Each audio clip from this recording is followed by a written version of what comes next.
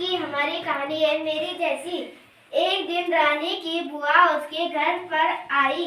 बुआ साथ में अपनी छोटी सी बेटी को भी लाई। उनकी बेटी का नाम दीपा था।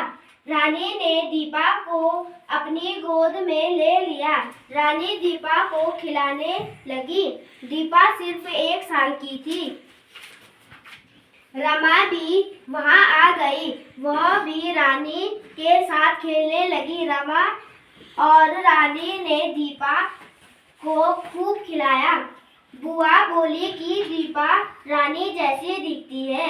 मम्मी भी बोली कि दीपा रानी जैसी दिखती है। रानी दीपा को गौर से देखने लगी। रानी ने दीपा को बिस्तर पर बैठाया। उसने दीपा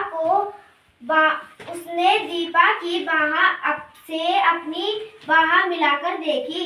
उसे दीपा की बाह पतली और अपनी बाह मोटी लगी। रानी ने दीपा का मुंह खोला। वह दीपा के दांत ढूंढने लगी। दीपा के मुंह में 4 ही दांत थे और रानी के बहुत सारे। रानी ने अपने पैर दीपा के पैरों से मिलाए। दीपा के पैर छोटे थे और रानी के बड़े। दीपा के पैर पतले थे और रानी के मोटे। रानी ने अपनी उंगलियां दीपा की उंगलियों से मिलाई। दीपा की उंगलियां छोटी थी और रानी की बड़ी। दीपा की उंगलियां पतली थी और रानी की मोटी। रानी ने अपने नाखून दीपा के नाखून से मिलाए। दीपा के नाखून बहुत नरम और गुलाबी थे। रानी के नाखून बड़े सख्त और कम गुलाबी थे। रानी ने अपनी नाक दीपा की नाक से मिलाई। रानी अपनी नाक छू छू कर देख रही थी। वह नाक मिला कर देख नहीं पाई। रानी ने दीपा को गोद में उठाया। वह उसे लेकर बुआ के पास गई।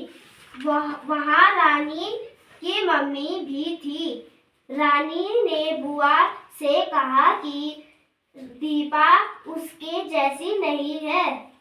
रानी को दीपा अपने जैसी नहीं लगी। वह बोली कि दीपा मेरे जैसी नहीं है। माँ ने रानी को शीशा लाने के लिए कहा। रानी शीशा लाने अंदर गई। वह हरे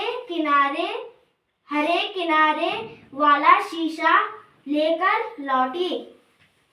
माँ ने रानी से शीशे में देखने के लिए कहा। उन्होंने दीपा को भी शीशे में सामने खड़ा कर दिया। रानी अपना और दीपा का चेहरा शीशे में देखने लगी। रानी ने ध्यान से शीशे में देखा। उसे दीपा अपने जैसी ही लगी। वह सिर हिलाकर बोली कि दीपा मेरे जैसी है। सब बच्चों ने ध्यान से कहानी सुनी? तो अब इस कहानी पे आधारित कुछ प्रश्न पूछेंगी सनाया, और जिस बच्चे को भी उसका आंसर आएगा, आप सब बच्चों ने ध्यान से कहानी सुनी है ना? तो इस पे आधारित कुछ क्वेश्चन पूछे जाएंगे, तो उसके आंसर सब दे सकते हैं? तो अभी हम देखेंगे कि आंसर आप दे सकते हैं या नहीं। तो सनाया, आप इस पे क्वेश्चन पूछेंगी? चलो पूछो, आप क्वेश्चन पूछो। रानी के घर में कौन आया था? हाँ बताओ, आप बताओ। अंशुल। उसकी बुआ। ठीक है। बुआ के साथ कौन आई थी? बताओ निधि। बेटी।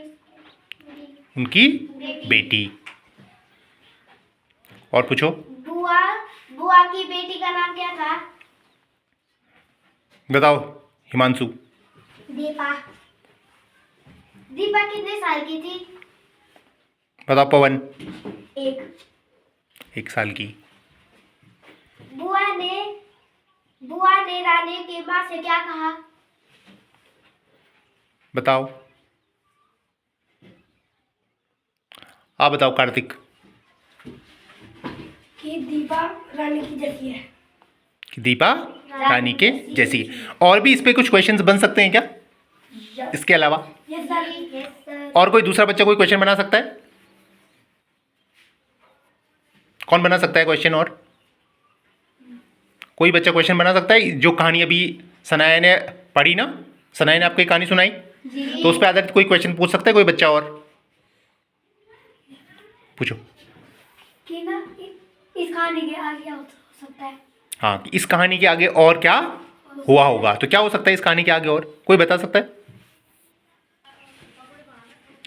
रानी ऐसा भी सोच सकती है कि वो मेरे जैसे क्यों दिखती है। वो इनके कारणों को ढूंढेगी कि वो मेरी जैसी ही क्यों दिखती है। हाँ, क्योंकि वो क्या कर सकती है, इसके कारण ढूंढ सकती है कि वो किन कारणों से एक जैसे ही दोनों दिखते हैं। जैसे कई सारी चीज़ें होती हैं ना, तो वो कुछ कारण होते हैं ना कि वो एक जैसे दिखती हैं। जैसे कि 2 लड़कियां हैं, 2 लड़कियों में कुछ समानताएं होती हैं, वैसे ही 2 लड़के हैं उनमें कुछ समानताएं होती हैं। या एक लड़की एक लड़का है, उनमें भी तो कुछ तो उनमें समानताएं होती होंगी ना।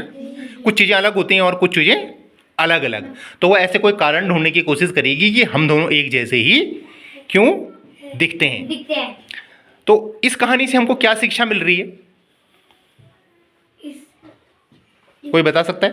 इस कहानी से हम्म हमें ना इनके कारणों को ढूंढना चाहिए। हमें पहले ही ना आगे नहीं सोच देना चाहिए, पहले इनके कारणों को ढूंढ लेना चाहिए। हाँ, हमें पहले ही किसी निष्कर्ष पे नहीं पहुंचना चाहिए, हमें पहले उसके कारणों को ढूंढना चाहिए कि इसके पीछे आखिर क्या कारण है कि हम ऐसा सोच रहे हैं या ऐसा बोल रहे हैं। ठीक है जी।